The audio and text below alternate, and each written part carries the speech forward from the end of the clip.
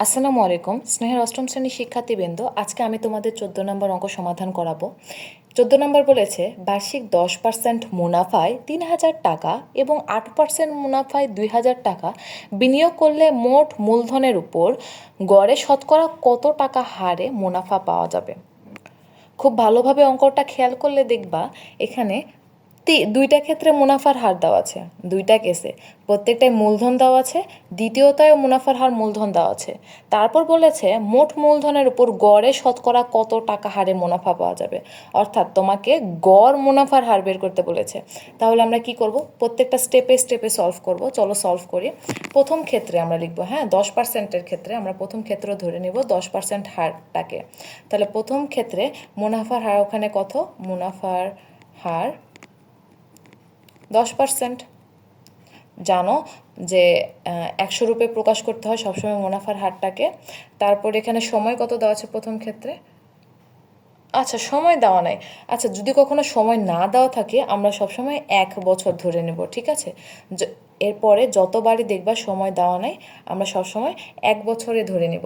তারপর এখানে মূলধন দেওয়া আছে পি, মূলধন পি দেওয়া আছে 3,000 টাকা, মুনাফা দেওয়া নেই। তাহলে আমার প্রথম কাজ মুনাফা বের করা।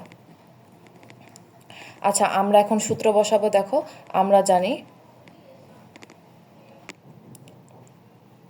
আমরা কি জানি, আই সমান সমান পি আর এন। আমাকে আই বের করতে বলেছে তাই না।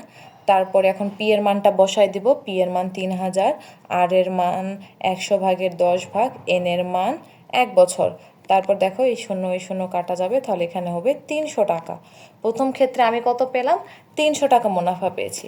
এখন দেখো দ্বিতীয় ক্ষেত্রে বের করব, কারণ আমার আরেকটা মুনাফার হার দিয়েছে, তারপর গড় করতে বলছে তাই না। তাহলে দ্বিতীয় ক্ষেত্রে মুনাফার হার তখন কত আছে, মুনাফার হার আছে তখন 8%। মুনাফার হার 8%, আবার 100 রূপে প্রকাশ করব। তারপর সময়টা এখানেও দেওয়া নাই, এই জন্য আমি আবার সময়টা 1 বছর ধরে নেব। তারপর মূলধন দেওয়া আছে কত দ্বিতীয় ক্ষেত্রে, মূলধন পি 2,000 টাকা, 2,000 টাকা। এখন আবার আই সমান সমান হোয়াট, আইটাকে কি ধরি, মুনাফা, মুনাফা আই সমান হোয়াট। আবার লিখব, আমরা কি জানি বলো, আমরা জানি আই সমান সমান পি আর এন। আচ্ছা পি এর মান কত এখানে, পি এর মান 2,000, আর এর মান 8/100, এন এর মান 1। এই যে এই দুই কাটা গেল, তাহলে 8 × 2 = 16। তাহলে এই দ্বিতীয় ক্ষেত্রে মুনাফা কত হয়, মুনাফা হয় 160 টাকা।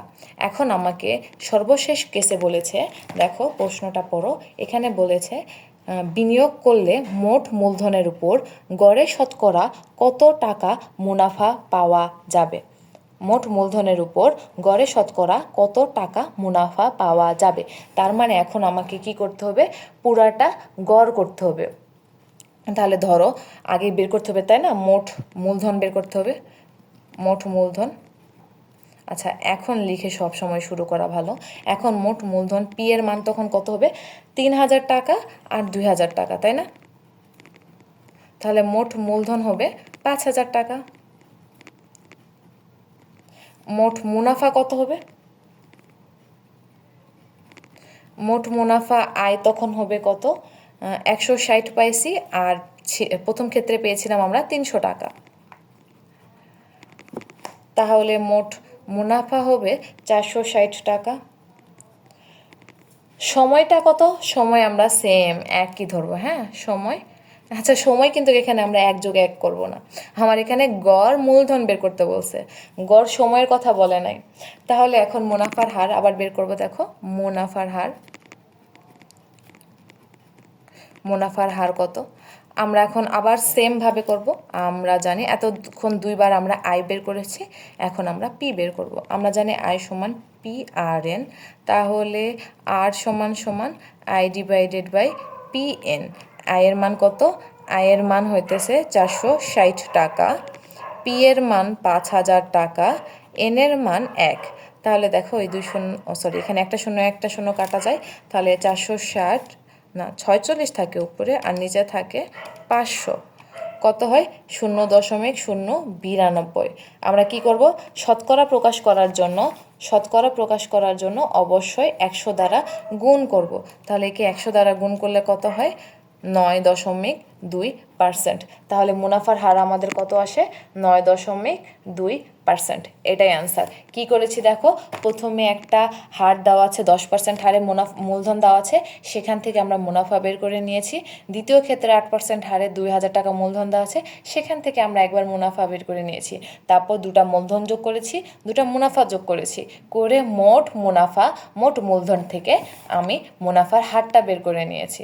তাহলেই হয়ে যাবে। একটু ট্রিকি মনে হলেও একবার ভালো করে পড়ে সমাধান করতে চাইলে ইনশাল্লাহ পেরে যাবো।